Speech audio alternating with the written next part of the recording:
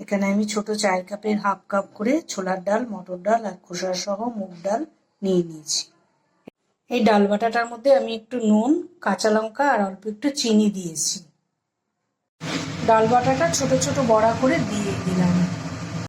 একটা শুকনো লঙ্কা ফোড়ন দিলাম, অল্প একটু গোটা জিরে দিলাম, সামান্য একটু পাঁচ ফোড়ন দিলাম, একটা পেস্ট করে রেখেছিলাম টমেটো, কাঁচা লঙ্কা, আদা, পেঁয়াজ দিয়ে, সেটা দিয়ে দেবো।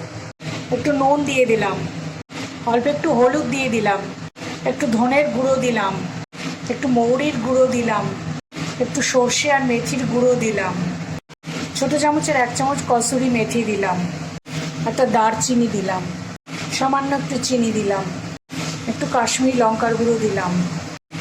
এবার আমি বড়াগুলো দিয়ে দিচ্ছি। এবার অল্প একটু জল দিয়ে, এটাই হলো ডালের বড়ার ডালনা। খেতে খুব সুন্দর লাগে।